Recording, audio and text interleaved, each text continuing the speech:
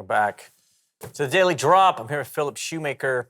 Okay, so I'm a bit of a sort of dystopian conspiracy theorist, as many of us who follow the space closely become sometimes. But okay, so let's talk proof of innocence, privacy, an invasion of privacy, all these things. We're worried about KYC, know your customer, AML, anti-money laundering. It just seems like there's a lot of information that sort of governments and corporations are sort of like getting about us. And we have this proof of innocence thing, and I'm like, okay, so I don't know. Could this technology be adopted by governments? Like, is that a dumb thing to say?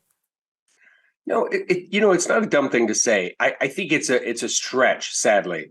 The U.S. government has an issue with tornado cash, right? We know that. Every lawyer I've spoken to says that's familiar with the sanctions say stay away from tornado cash. It's infectious. You don't want anything to do with it. So fine. Let's say there's a different mixer that doesn't have this legacy problem, that's not on a sanctions list, which, by the way, is crazy that they put smart contracts on a sanctions list.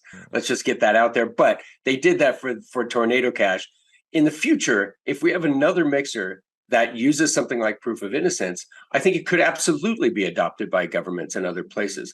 I think one of the concerns I have is, I work closely with government. I did a lot of broad government research and interviews when I was at Apple, talking to many different governments. And look, I don't think this is enough information. They always want to know exactly who it is. Giving me a wallet address is not good enough. They want to see a copy of your driver's license in order to feel rest assured that you're not on the sanctions list. So look, I think it's a heavy lift. I think it's something we can ultimately get to, because using zero knowledge proofs, these things that prove I am who I say I am without providing you any information, is tough for a government to swallow, right? But it's math, right? You have to trust the math, just like Bitcoin, just like crypto in general. You got to trust the math. Well, okay, let me ask you a question then, right? So what is the line between privacy rights and accountability? Yeah, and that's a good question. That's one we ask every day because it's a difficult question. Now, I believe that I drive a car, and I have my driver's license with me. If I get into an accident, someone needs to see that driver's license in order to hold me accountable for the accident that I've caused, right? That's accountability. We get that.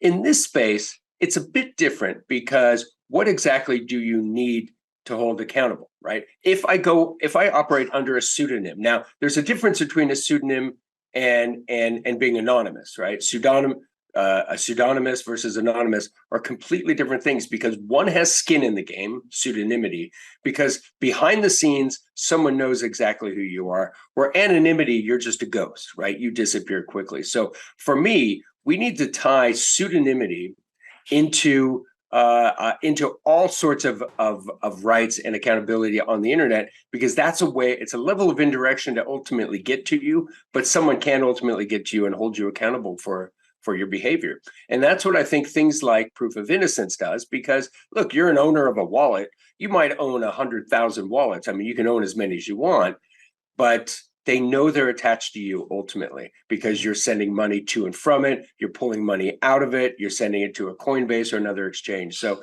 there's accountability there. But like I said earlier, this whole idea of bringing out my ID card to buy alcohol is rough, because they just get far too much information. I can be held accountable with so much less information. And that's what we need to do. We need to get to a point where we're only providing a little bit of information, or a zero knowledge proof, which is no information, but it's answering the questions that you need answered. That's where we start seeing it, but you can still be held accountable.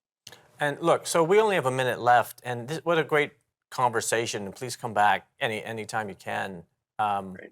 But it seems to me that this is really about trust. You look at FTX and you look at Terra Luna and now Silvergate. I mean, there's just so many catastrophes happening. I don't know, like how do you make up for that lack of trust?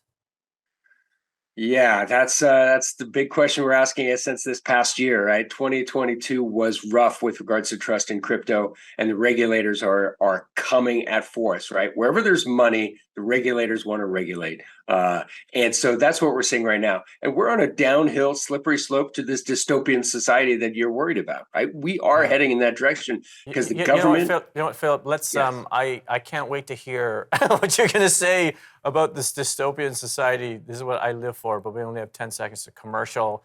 But we're gonna get into it. I got Phillip Shoemaker here on the Daily Drop.